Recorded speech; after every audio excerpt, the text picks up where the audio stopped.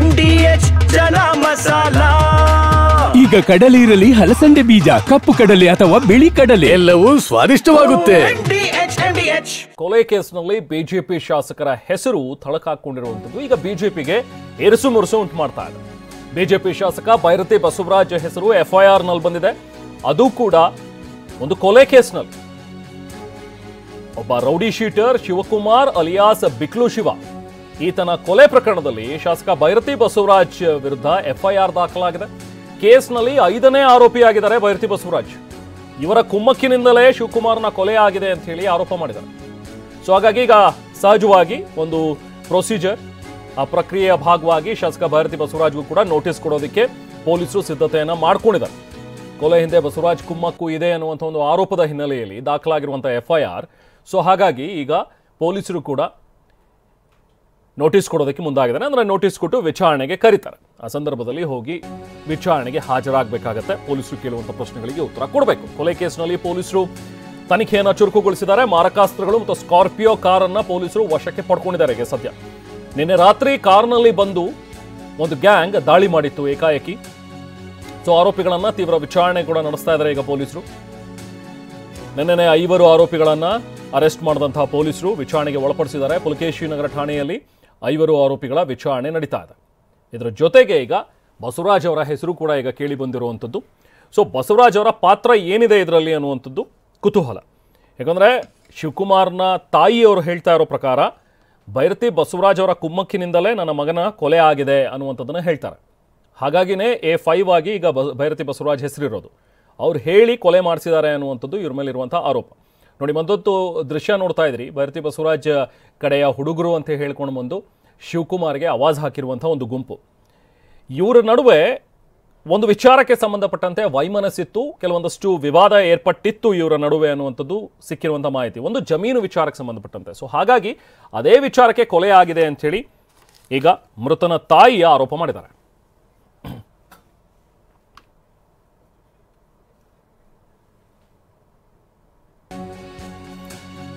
ಇನ್ನು ಇದರ ಬೆನ್ನಲ್ಲೇ ಈಗ ಬೈರತಿ ಬಸವರಾಜ್ ವಿಜಯೇಂದ್ರ ಅವರನ್ನ ಭೇಟಿಯಾಗಿದ್ದಾರೆ. ತಮ್ಮ ವಿರುದ್ಧ ದಾಖಲಾಗಿರುವಂತಹ FIR ಕುರಿತು ವಿವರಣೆಯನ್ನು ಕೊಟ್ಟಿದ್ದಾರೆ. ಬಿಜೆಪಿ ರಾಜ್ಯಾಧ್ಯಕ್ಷ BY ವಿಜಯೇಂದ್ರ ಜೊತೆ ಬೈರತಿ ಬಸವರಾಜ್ ಚರ್ಚೆ ಮಾಡಿದ್ದಾರೆ. ಬೆಂಗಳೂರಿನ ಬಿಜೆಪಿ ಕಚೇರಿಯಲ್ಲಿ ಇಬ್ರು ಕೂಡ ಮಾತುಕತೆ ನಡೆಸಿದ್ರು. ಬಿಜೆಪಿ ರಾಜ್ಯ ಉಪಾಧ್ಯಕ್ಷರಾಗಿರುವಂತಹ ಬೈರತಿ ಬಸವರಾಜ್ ಈಗ ಬಿಜೆಪಿಗೂ ಕೂಡ ಇದು ಇರುಸು ಮುರುಸು ತರಿಸುವಂತಹ ಒಂದು ಘಟನೆ. ಯಾಕಂದ್ರೆ ಬಿಜೆಪಿ ಪಕ್ಷದ ಉಪಾಧ್ಯಕ್ಷರು ಬೈರತಿ ಬಸವರಾಜ್ ಒಬ್ಬ ಹಿರಿಯ ಶಾಸಕ ಬಿಜೆಪಿಯಲ್ಲಿ. ಸೊ ಹಾಗಾಗಿ ಈಗ ಇವ್ರ ವಿರುದ್ಧನೇ ಆರೋಪ ಕೇಳಿ ಬಂದಿರೋದ್ರಿಂದ ವಾಟ್ ನೆಕ್ಸ್ಟ್? ಹಾಗಾದರೆ ಪೊಲೀಸರು ಈಗ ತನಿಖೆಗೆ ಕರೀತಾರೆ, ತನಿಖೆಗೆ ಒಳಪಡಿಸ್ತಾರೆ. ಮುಂದುವರೆದು ಏನಾದರೂ ಒಂದು ವೇಳೆ ಬೈರತಿ ಬಸವರಾಜ್ ಅವರನ್ನು ಅರೆಸ್ಟ್ ಮಾಡುವಂಥ ಒಂದು ಪ್ರಕ್ರಿಯೆಯೂ ಕೂಡ ನಡೆದ್ರೆ ಅಚ್ಚರಿ ಇಲ್ಲ. ಯಾಕಂದರೆ ಕೊಲೆ ಆರೋಪ ಇದು.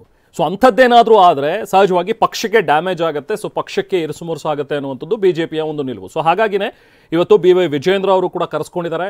ಬೈರತಿ ಬಸವರಾಜ್ ಅವರನ್ನು ಕರೆದು ವಿವರಣೆ ಕೇಳಿದ್ದಾರೆ. ಏನಿದು ಪ್ರಕರಣ, ನಿಮ್ಮದು ಪಾತ್ರ ಏನಿದೆ, ಯಾಕೆ ನಿಮ್ಮ ಮೇಲೆ FIR ಆಗಿದೆ, ಹಾಗಾದರೆ ಇದೆಲ್ಲದ್ರ ಬಗ್ಗೆಯೂ ಕೂಡ ಮಾತಾಡಿದ್ದಾರೆ. ಸೊ ಬಿಜೆಪಿಯ ಉಪಾಧ್ಯಕ್ಷರು ಆಗಿರುವಂಥ ಬೈರತಿ ಬಸವರಾಜ್. ಸೊ ಇದರ ಹಿಂದೆ ರಾಜಕೀಯ ದುರುದ್ದೇಶ ಇರಬಹುದು ಅನ್ನುವಂಥದ್ದನ್ನ ಬೈರತಿ ಬಸವರಾಜ್ ಹೇಳ್ತಾ ಇದ್ದಾರೆ.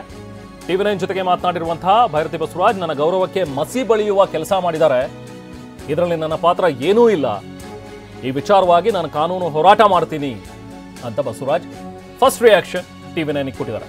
ದೇವರ ಸಾಕ್ಷಿಯಾಗಿ ನಾನು ಹೇಳ್ತಾ ಇದ್ದೀನಿ, ಈ ವಿಚಾರ ನನಗೆ ಗೊತ್ತಿಲ್ಲ, ಕೊಲೆ ಪ್ರಕರಣಕ್ಕೂ ನನಗೂ ಯಾವುದೇ ಸಂಬಂಧ ಇಲ್ಲ, ಈ ಬಗ್ಗೆ ಗೃಹ ಸಚಿವ ಪರಮೇಶ್ವರ್ ಅವರನ್ನು ಕೂಡ ಭೇಟಿಯಾಗಿ ಚರ್ಚೆ ಮಾಡ್ತೀನಿ ಅಂತೇಳಿ TV9ಗೆ ಬಿಜೆಪಿ ಶಾಸಕ ಬೈರತಿ ಬಸವರಾಜ್ ಹೇಳಿಕೆ ನೀಡಿದ್ದಾರೆ.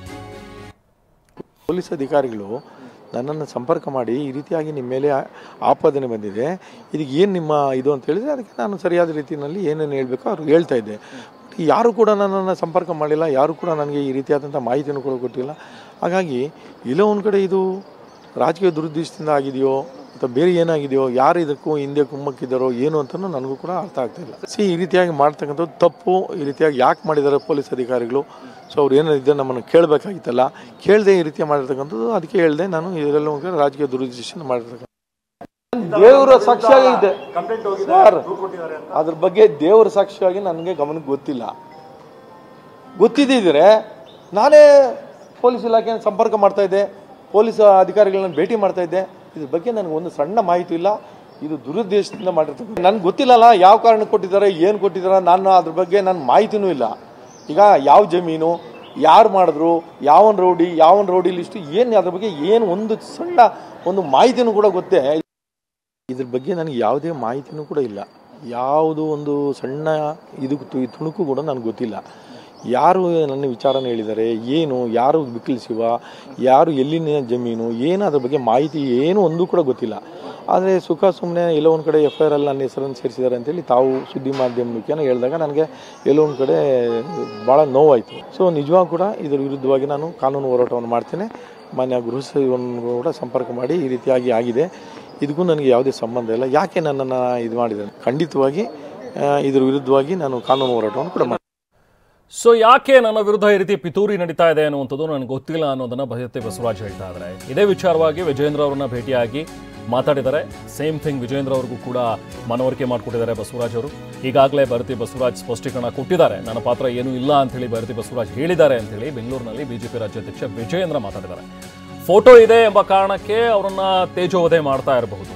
ಕಾಂಗ್ರೆಸ್ ನಾಯಕರ ಜೊತೆಗೂ ಕೂಡ ಯಾರ್ಯಾರ್ದೋ ಫೋಟೋ ಇರುತ್ತೆ, ಯಾವ್ಯಾವುದೋ ರೋಡಿ ಶೀಟರ್ ಜೊತೆಗೆ ಕಾಂಗ್ರೆಸ್ನ ನಾಯಕರು ಕೂಡ ಕೂತ್ಕೊಂಡು ಸ್ಟೇಜ್ ಹಂಚಿಕೆ ಮಾಡ್ಕೊಂಡಿರ್ತಾರೆ, ಸ್ಟೇಜ್ನಲ್ಲಿ ಅವರು ಕೂಡ ಇರ್ತಾರೆ, ಶೇರ್ ಮಾಡಿರ್ತಾರೆ.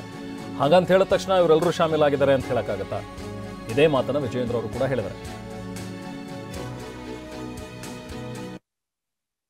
ಈಗಾಗಲೇ ಭೈರತಿ ಬಸವರಾಜ್ ಅವರು ಹೇಳಿಕೆ ಕೊಟ್ಟಿದ್ದಾರೆ, ಇದು ರಾಜಕೀಯ ಪ್ರೇರಿತವಾಗಿದೆ, ಆ ಘಟನೆಗೂ ನನಗೂ ಸಂಬಂಧ ಇಲ್ಲ ಅಂತ ಈಗಾಗಲೇ ಬಸವರಾಜ್ ಅವರು ಹೇಳಿದ್ದಾರೆ.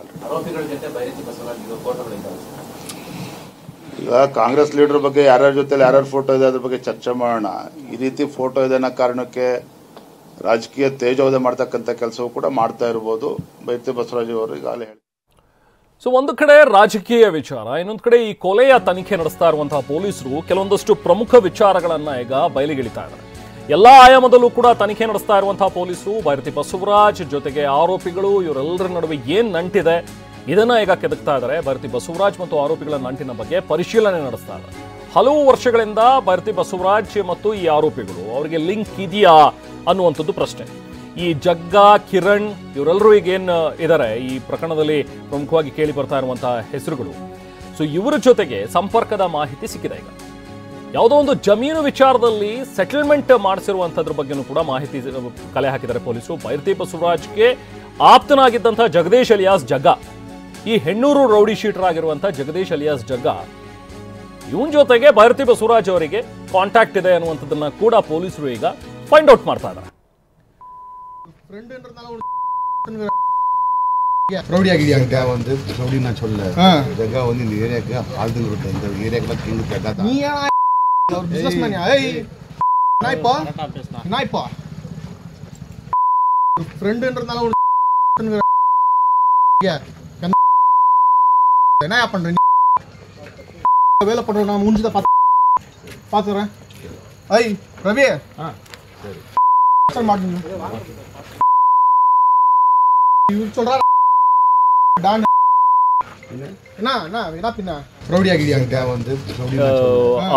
ಬಿಕ್ಲು ಶಿವ ನಡುವೆ ನಡೆದಿರುವಂತಹ ಒಂದು ಕಾನ್ವರ್ಸೇಷನ್, ಅವಾಗ ಆಗದಂತಹ ಒಂದು ಮಾತಿಗೆ ಮಾತು ಬೆಳೆದಿದ್ದು, ಆ ಒಂದು ವಿವಾದ ಸೃಷ್ಟಿಯಾಗಿದ್ದು. ಅದರಲ್ಲಿ ತಮಿಳಲ್ಲಿ ಮಾತಾಡ್ತಾ ಇದ್ದಾರೆ ಅವರು, ಏನೋ ಮಾಡ್ಕೋತೀಯ ನೀನು ಅನ್ನೋ ರೀತಿಯಲ್ಲಿ ಅದೇ ಧಾಟಿಯಲ್ಲಿ ಇಬ್ರು ಕೂಡ ಮಾತಾಡ್ಕೊಳ್ತಾ ಇದ್ದಾರೆ. ಸೊ ಬಿಕ್ಲು ಶಿವ ಆ ಟೈಮ್ನಲ್ಲೇ ಒಂದು ಕಂಪ್ಲೇಂಟ್ ಅನ್ನ ಕೊಟ್ಟಿದ್ದ, FIR ಆಗಿತ್ತು. ಸೊ ಆ FIRಗೆ ಜಗದೀಶ್ ಸ್ಟೇ ತಂದಿದ್ದ. ಈ ಜಮೀನು ವಿಚಾರ ಸಂಬಂಧ FIR ಕೂಡ ದಾಖಲಾಗಿತ್ತು ಭಾರತೀನಗರ ಠಾಣೆಯಲ್ಲಿ. ಸೊ ಭೈರತಿ ಬಸವರಾಜ್ ಮತ್ತು ಜಗ್ಗನ ವಿರುದ್ಧ ದೂರು ಕೊಟ್ಟಿದ್ದಂತಹ ಇದೇ ಬಿಕ್ಲು ಶಿವ ಆಗ್ಲೂ ಕೂಡ FIR ಆಗಿತ್ತು.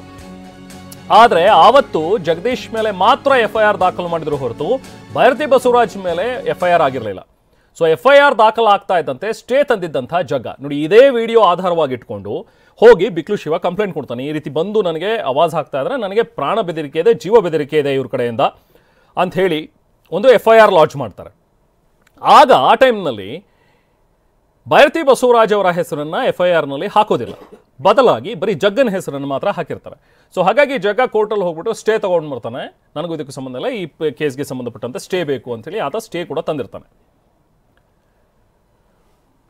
ಸೊ ಅದಾದ್ಮೇಲೆ ಇನ್ನು ಕೆಲವೊಂದಷ್ಟು ಡೀಟೇಲ್ಸ್. ಕೊಲೆಗೂ ಮುಂಚೆ ಮನೆ ಖಾಲಿ ಮಾಡಿದ್ನಂತೆ ಈ ಜಗ್ಗ.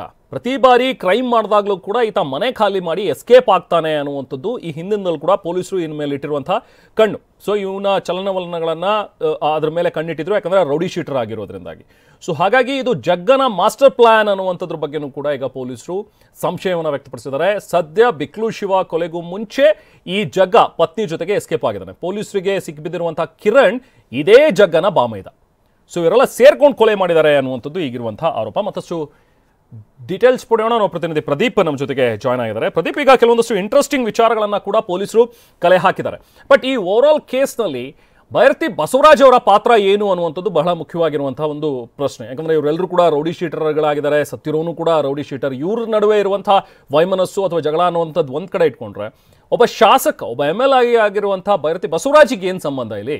ಲಾಸ್ಟ್ ಟೈಮ್ ಕೂಡ ಇವ್ರ ಮೇಲೆ ಕಂಪ್ಲೇಂಟ್ ಆಗುತ್ತೆ, ಬಟ್ FIR ದಾಖಲಾಗಲ್ಲ ದಾಖಲಾಗಿರಲಿಲ್ಲ ಅನ್ನೋದು ಕೂಡ ಮಾಹಿತಿ ಇದೆ. ಸೊ ಬೈರತಿ ಬಸವರಾಜ್ ಪಾತ್ರದ ಬಗ್ಗೆ ಏನು ಹೇಳ್ತಾರೆ ಪೊಲೀಸರು? ಹಾಗಾದ್ರೆ ಈ ಮೇಲ್ನೋಟಕ್ಕೆ ಏನು ಗೊತ್ತಾಗ್ತಾ ಇದೆ ಅಂತ?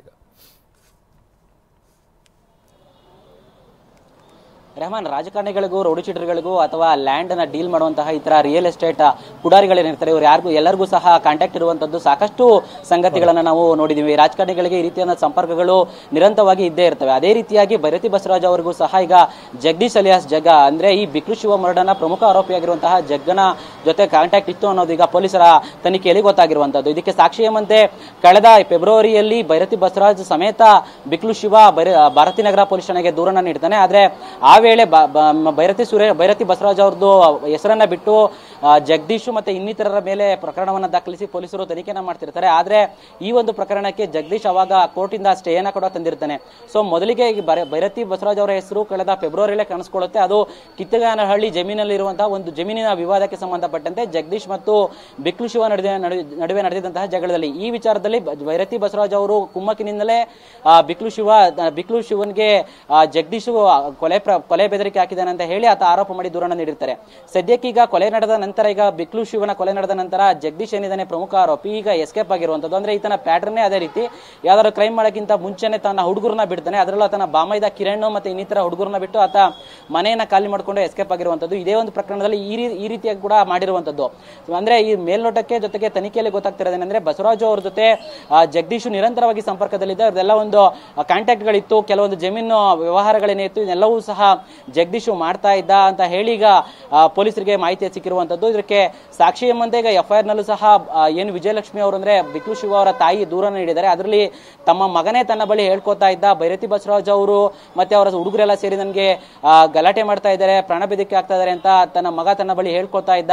ಹೀಗಾಗಿ ಆತರ ಅವ್ರ ವಿರುದ್ಧ ಪ್ರಕರಣ ದಾಖಲಿಸಬೇಕು ಅಂತ ಹೇಳಿ ಅವರು ದೂರನ್ನು ನೀಡಿದ್ರು. ಹೀಗಾಗಿ ಕಳೆದ ಬಾರಿಯ ದೂರನ್ನ ಏನ್ ಕೊಟ್ಟಿದ್ರು ಬಿಕ್ಲು ಶಿವ, ಅದು ಮತ್ತೆ ಇವತ್ತಿನ ಪ್ರಕರಣ ಏನಿದೆ ಎಲ್ಲವನ್ನೂ ಆಧರಿಸಿನೇ ಪೊಲೀಸರು ಈಗ ಬೈರತಿ ಬಸವರಾಜ್ ಅವರನ್ನ ಈ ಪ್ರಕರಣದಲ್ಲಿ 5ನೇ ಆರೋಪಿಯನ್ನಾಗಿ ಮಾಡ್ಕೊಂಡಿರುವಂತದ್ದು. ಅಂದ್ರೆ ಈಗ ಸದ್ಯಕ್ಕೆ ಈಗ 5 ವರ್ಷಕ್ಕೆ ತೆಗೆದುಕೊಂಡಿರುವಂತಹ ಪೊಲೀಸರು ವಿಚಾರಣೆಯನ್ನ ಮಾಡ್ತಾ ಇದ್ದಾರೆ. ಇವರ ಮೋಟಿವ್ ಏನಿತ್ತು, ನಿನ್ನೆ ನಡೆದಂತಹ ಕೊಲೆಗೆ ಕಳೆದ ಫೆಬ್ರವರಿಯಲ್ಲಿ ಕಿತ್ತಗಾನಹಳ್ಳಿಯಲ್ಲಿ ನಡೆದಂತಹ ಗಲಾಟೆ ವಿಚಾರಣವೇ ಕಾರಣನ ಅಥವಾ ಬೇರೆ ಏನಾರ ವಿಚಾರ ಇದೆಯಾ ಅಂತ ಹೇಳಿ ಪೊಲೀಸರು ತನಿಖೆಯನ್ನ ಈಗ ಮುಂದುವರಿಸಿದ್ದಾರೆ. Rehman, okay, thank you Pradeep. ಯಾಕೆ ಈಗ ಬಂತ ಸ್ವಾದ? ಖಂಡಿತ ಈಗ ಬಂತು ಅಸಲಿ ಸ್ವಾದ. MDH chunky chaat masala life ಅಲ್ಲಿ ಅಸಲಿ ಸ್ವಾದ ತರುತ್ತೆ. ಅಸಲಿ ಮಸಾಲ, ಎಸ್ ಎಸ್ MDH.